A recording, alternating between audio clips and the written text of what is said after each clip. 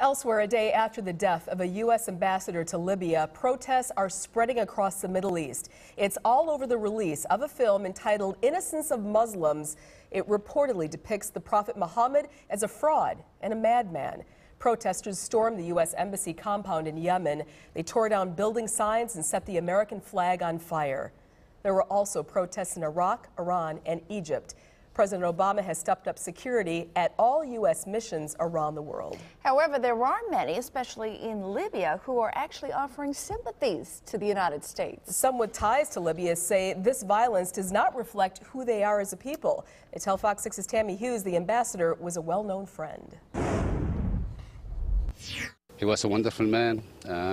He has done a lot of great things for Libya. Ali Khattab never got to meet Ambassador Christopher Stevens in person, but he knows of him very well. He says the ambassador was loved by the people of Libya, the country where he was born and still has family. In my view, he's a beacon of light, and we need a lot of, like Hillary Clinton stated, we need a lot of Christopher Stevens around the world to make this world a better place. Khattab helped start the Libyan American organization earlier this year to help bridge the gap between the two countries.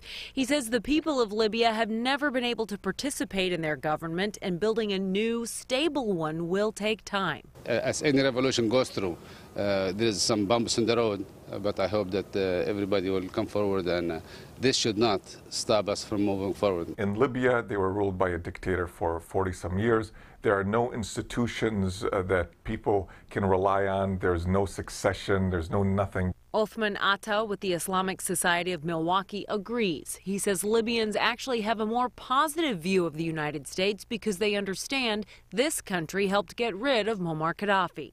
He points out this was the work of a small group of extremists, and it shows that there is more educating to be done. Whether educating our fellow American citizens here in the United States that these extremists do not represent all Muslims, and also educating Muslims in Muslim countries that extremists here in the United States and other places do not represent all Americans.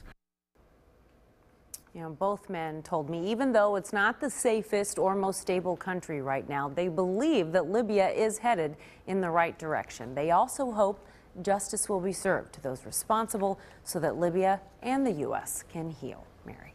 Thank you, Tammy. At 17, time for news and weather together. The Milwaukee woman accused of killing a pregnant woman